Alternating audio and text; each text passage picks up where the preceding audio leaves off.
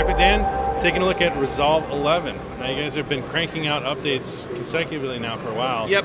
And you guys have a brand new set of features that are really, really awesome. Yeah, what we really wanted to do this time around is we wanted to add, obviously, a lot of new features. One of the big things is, it's got 70 new editing features. So a lot of things that we're used to seeing in traditional editing software, brand new titling features, transition features, being able to actually do keyframing within the timeline, so I can keyframe transitions, speed, effects, and actually being able to do that right on the timeline. I remember always having to go into another window to add keyframes, and I really had a hard time figuring out what that actually means on the timeline. So being able to do that on the timeline makes it really effective to be able to quickly do these edits, do these trims, cuts, slip slides, JKL, keyframing all through the timeline. So really this edit page that we use has been really greatly improved. The color features are very similar, the deliver features very similar. A couple other upgrades that we've done is that we can now do the dual screen, especially if you're an editor. A lot of guys like to do the dual screen. So that I'm excited about. Yeah, because you want to have your media pool, you want to have the big timeline, you want to have actually your windows there.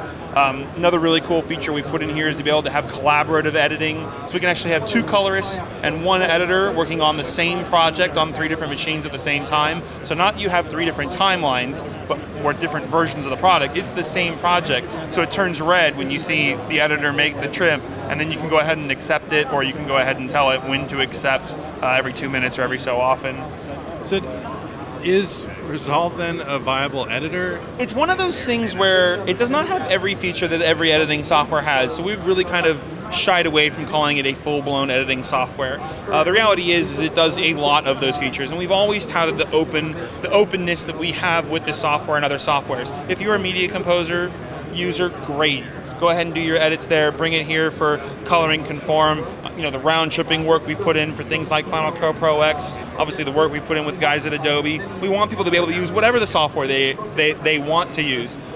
The reality for a lot of Blackmagic people is, well geez, if I'm going out and I'm doing a raw shoot, I can bring in raw, dump it into my media pool, do my entire raw edit, do all of my color grading, and finish it. That's pretty not only unique, but that's pretty powerful to be able to do all of that within the one suite. So, we still kind of call it the color grading with online or offline editing, and we have a lot of features in there. So we're going to wait and see what people think about it, and again, we want that openness with other softwares as well. So it's exciting. So obviously you guys have Resolve Lite.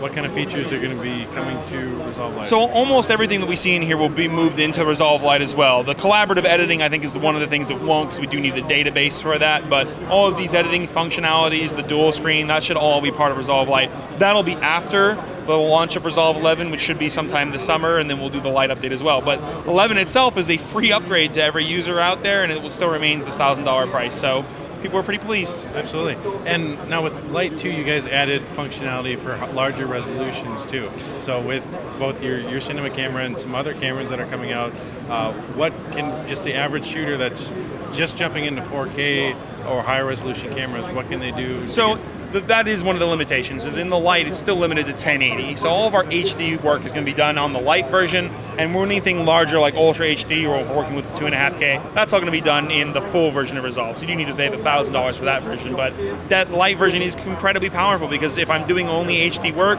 if I only need to use the one GPU for that, it still has all these other features in it, so it's incredibly powerful. We see people using it as assist stations, we see people using it as their full-blown educational system, so it's incredibly powerful for a free Lite tool. Absolutely, and of course Resolve is available with your cinema cameras as a free add-on. That's correct. We wanted to be able to add that to any of the higher than HD resolution cameras, because obviously we want to be able to do something with it. And now you can either just edit directly in here, or of course you can go ahead and proxy that off to other editing softwares and bring it back for color grading and finishing. And with cameras across the board coming out with more flatter profiles, you really need to go in and take the time to put the colors where they need to be, put everything at the right level. So having the full control of a legitimate color grade makes a huge difference. Yeah, I think that as we put more of these features in here, we're going to find more and more people experimenting with the software if they haven't already, using it more and more, finding themselves more more comfortable with the color tools, and that's just going to raise everyone's ability. So we're excited to see this happen as well. Awesome, great job. Thanks, Dan. Thanks, man. Special thanks to our sponsors for making our NAB coverage possible.